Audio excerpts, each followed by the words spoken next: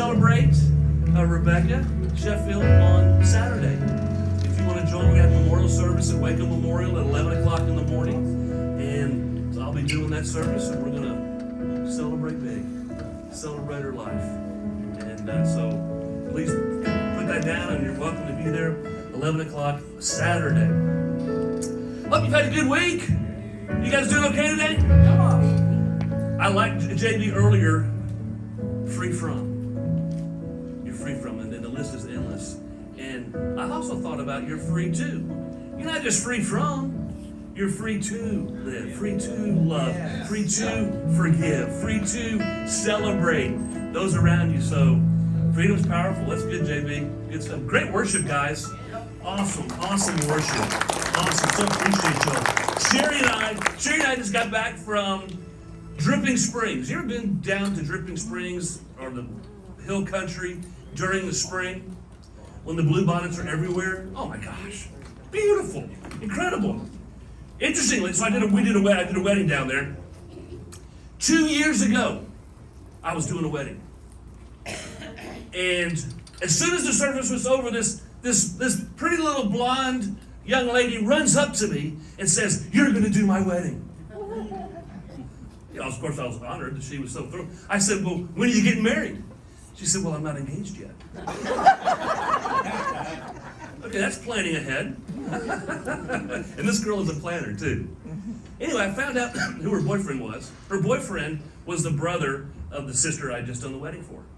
So I went over to Blake and I said, "By the way, Blake, I hope you've been saving a lot of money for a ring because you're about to get engaged." Sure enough, I did their wedding Friday night. And then we got back late yesterday afternoon. We had a great time. Man, the weather was beautiful.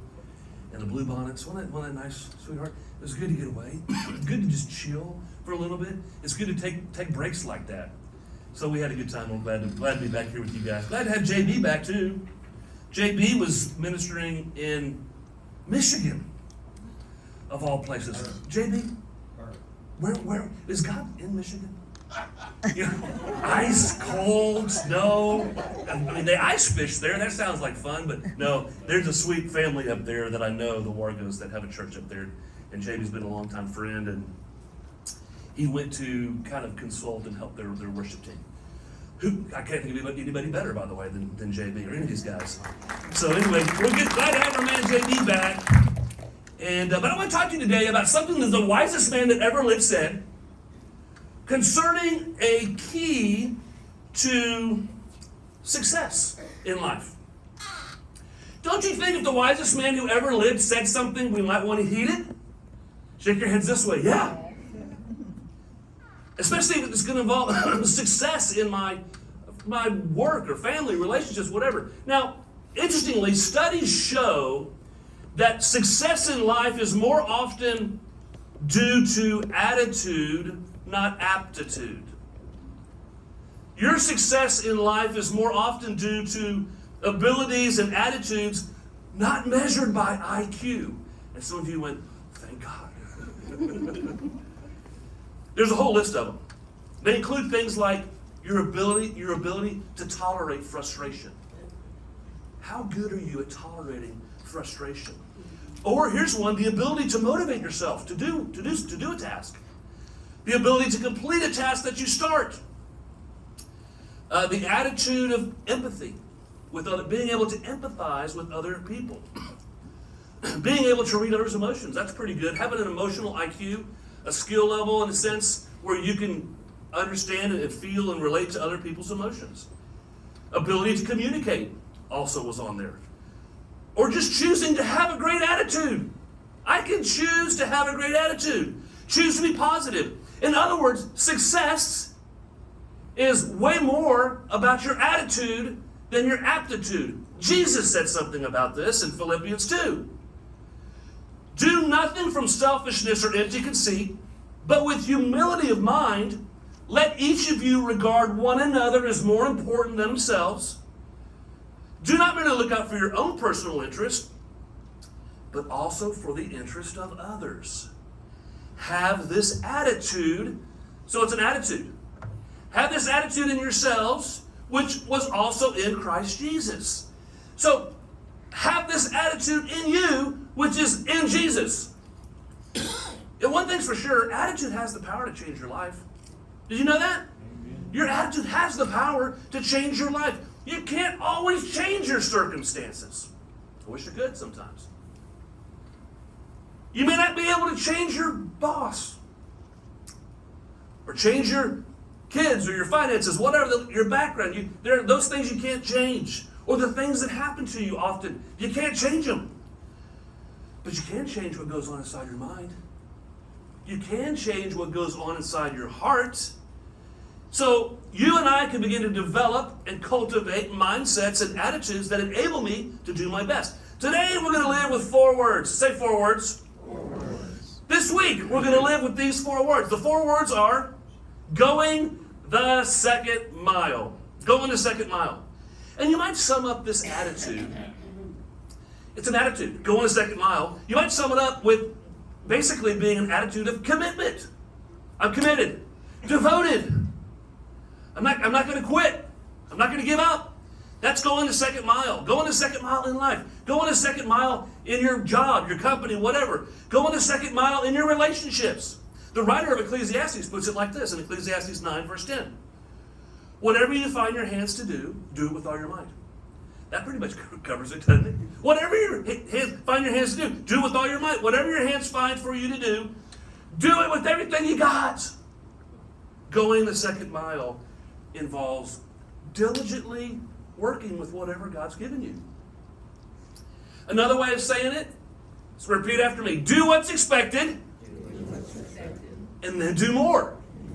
Yeah, that's going the second mile. Do whatever your hand finds for you to do with all your strength. Go above and beyond. Become somebody who goes the second mile. There's a great story, probably familiar with it, in Genesis 24. I think this is a good second mile story. Abraham's old. Sarah's dead. She's passed. But Isaac still doesn't have a wife yet. So Abraham's got to figure out, get a strategy here to get a wife for his son Isaac. Now, the whole future of the people of Israel relied on this marriage because we read that the descendants are going to come from Isaac. He has no wife. He needs a wife. So Abraham needs to find a great wife for his son. Well, how in the world do you think Abraham is going to find a wife for his son? FarmersOnly.com. Right? They were nomads. They were out there. That's what you do, farmers only. No, they didn't have that. Of course not. They didn't have a newspaper where Isaac could write a personal ad. Attractive nomad with excellent prospects, searching for female who likes to travel. No, they couldn't do it that way. Back then they had a custom. And the custom back then was that the parent would arrange the marriage. There are still countries today that have arranged marriages. The parent would go out. They would scour the countryside. They'd find a real good candidate, and they'd come home. They'd bring her home to the kid and say, by the way, that's who you're going to marry. And that's who the kid would marry. You know, the older my kids get, I think that's pretty sensible biblical custom to me. That might be the route we take. None of the Rambos are married.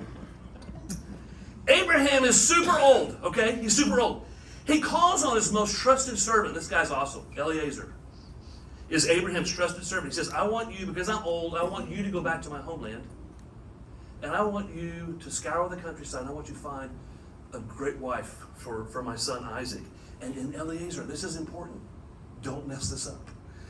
So Eliezer accepts this commission, and he assembles this massive caravan. You can read it. But the caravan has like 10 camels loaded with gifts and things, all kinds of gifts and stuff, because that's what he's going to give to the family that he takes the daughter from. So they're going to give all this dowry, these camels, 10 camels and all kinds of other things. So he goes back to the city of Nahor. And he gets to the outskirts of the city, and he kneels down with the camels by a well. The water well was outside of town.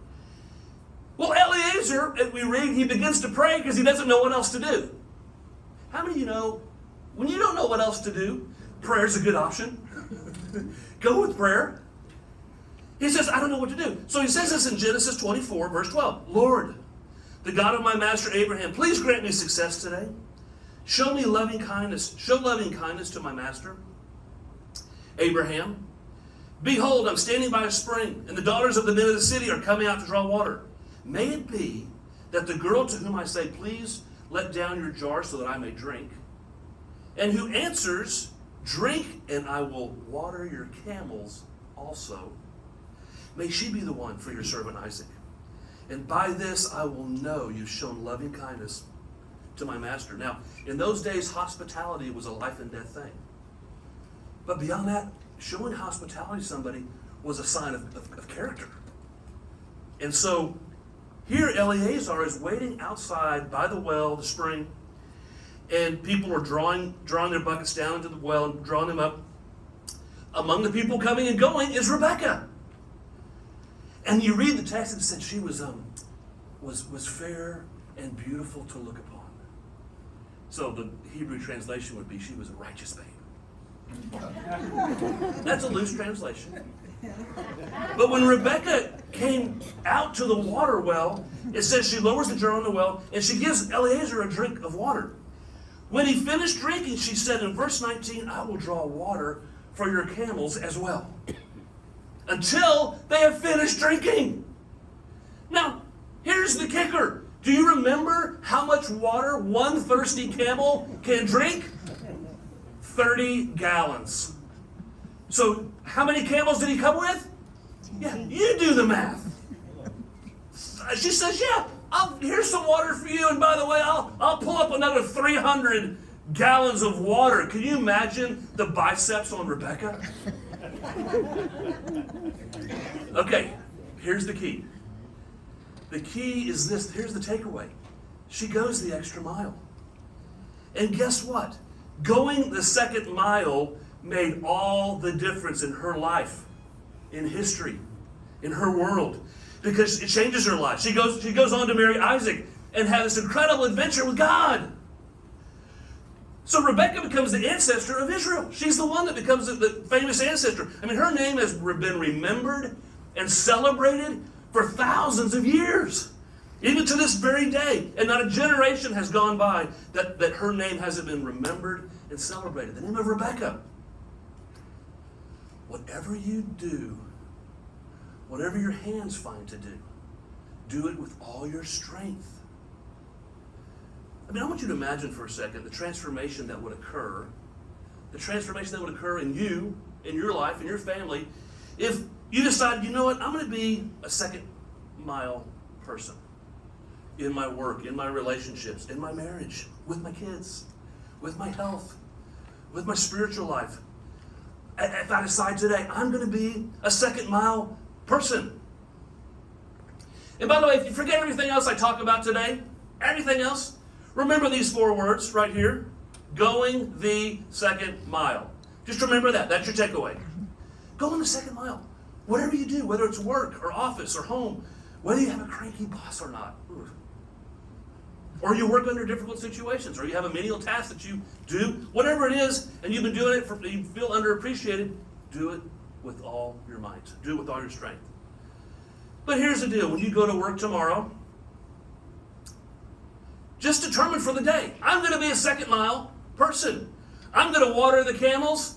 2. That's it. That's the second mile person. So be a second mile. Say this after me. I am going to be a second mile person. Yeah, you're going to help others and you're going to water the camels too. Now, and interestingly, we see this idea, as I mentioned earlier, we see this whole idea of going the second mile introduced by the greatest, wisest teacher of all time, Jesus. He talked about living with that attitude. In fact, it's recorded in the most famous message in the Bible ever preached, Matthew 5:41. Here's one of the things that Jesus said. If anyone forces you to go with him 1 mile, go with him the second mile as well. Now we read that and we forget the context of this.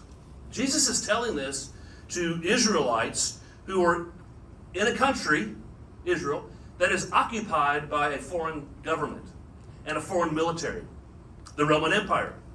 See, now Roman soldiers everywhere were often forced to go on a 50-mile march. Their commanders would load their backpacks, heavy backpacks, go on a 50-mile march. So it was very typical of them to go on these long 50-mile marches.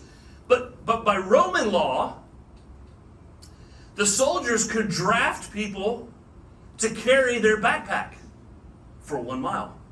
It was law. You were required to do that. The person was required to carry it 1 mile. But when the 1 mile was up, the legal obligation was over, so they could return the backpack to them and go back the mile where they were. As you can imagine, this was not a very popular law in those days. But here's what Jesus is saying. He's telling these guys, you have to go the first mile because the law requires it. And obviously people resented it.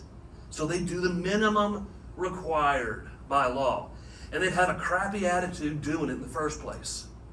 Jesus was saying, no, when you get to the end of that first mile, every once in a while, just for the fun of it, blow the mind of that Roman soldier and take the backpack back and say, you know what, let's do 2. Let's do another one. Yeah, that's what Jesus was saying. Go a second mile. He was not being legalistic. In this case, Jesus was saying to you and to me, find ways to bless. Find ways to bless and surprise people with your servanthood. We got to do that as followers of Jesus. Go the second mile. Surprise people with a blessing. Surprise, unexpected act of service. Don't do it grudgingly or with a bitter heart. No, when you get to the end of 1 mile, go the second mile. Do everything that's expected and then go a second mile. That good? Because it's the second mile kind of person that really lives. It's the second mile kind of person who changes the world around them. Impacts people at work. Impacts people in your family, neighborhood. You can come on, guys. I'm going to wind it down. By the way, okay, so say this after me. I'm going to be a second mile person so I can change the world around me. By the way, did you know there's an opposite attitude to that one? Also 4 words. You ready for this? You just get by. Those 4 words. That's the opposite of I'm going to be a second mile person. That's the opposite attitude. Yeah, just get by. Yeah, the opposite of the second mile is you just get by. What does that involve? You take the path of least resistance. You never go beyond daily minimal requirements. You just get by. And sadly, we all, I'm included, I'm guilty at times of just getting by. Just getting by in your job. Just getting by in your marriage. Or in our families, or in our spiritual lives. And that's a sad thing. We settle for discount thrift shop stuff when God has the best for you. Look what happened to Rebecca as a result of being a second miler. What if you went up and told somebody this? What if you told them beforehand? You went up to a woman and you said, you know what? If you do a job that's going to be really difficult and it's going to take a few hours, you're going to get to go on the adventure of a lifetime. You're going to meet the man of your dreams. He's going to be handsome. He's going to be wealthy. He's going to have great character. You'll travel. You'll be significant. The beginning of a whole nation will start with you. Your name, it'll be remembered throughout history. If you just do this job that takes a couple of hours and go the extra mile, you will have all of that. How many of you who out here today who are single would be willing to do something like that to get a great result? Yeah, right? How many of you here who are married might give it some serious thought? The point is this. Now here's the catch. Rebecca doesn't have this told to her. No. Rebecca has no clue about what's going to happen to her. She goes the second mile simply because she's a second mile person. Jesus puts it like this. Luke chapter 6, verse 38. Give, and it will be given to you. Say this after me. Give, and it will be given to you. And I don't think Jesus is necessarily giving instruction here. He is telling us about how life is. This is life. Life operates that way. When you give, it's given to you. Give and it'll be given to you. They will pour into your lap a good measure, pressed down, shaken together, running over. For by your standard of measure, it will be measured in return. If you give a little will come back. You give a lot will come back. In other words, you will receive more than you expect when you give more than is required. Isn't that good? I'll receive more than I would ever expect when I give more than is required. That's the attitude today of going the second mile. And you'll receive back, not necessarily in material things, although often that is the case, but you'll receive back joy and peace and character. That's a good one. This whole attitude of commitment, that's really what this is. Going the second mile is an invitation by Jesus for you and I to be committed, to be devoted. This whole attitude of commitment that Jesus is calling all of us to simply involves the discovery that the secret to the abundant life, one of the keys to the abundant life, is about going the second mile. Joyfully serving others. Yeah, it's going beyond what's required. It's about going beyond what's expected. It's more than just, you don't want to be just getting by. No, it's about becoming a second miler. You know, love is never satisfied with just getting by. Love always wants to go the second mile. And so the one thing that just might change your life this week, those 4 words, going the second mile. We can do that. Let's all go out and make a difference. Make a difference in someone's life. Let's go out this week and find somebody who doesn't have a church they're going to. And you can invite them to a place where they'll be hopefully challenged, encouraged, loved. They can become a part of a family and have fellowship, connect. Going the second mile. After all, it was Jesus who came up with the idea, the wisest man who ever lived. And he invites us to do the same. Amen? Just stand to your feet this morning.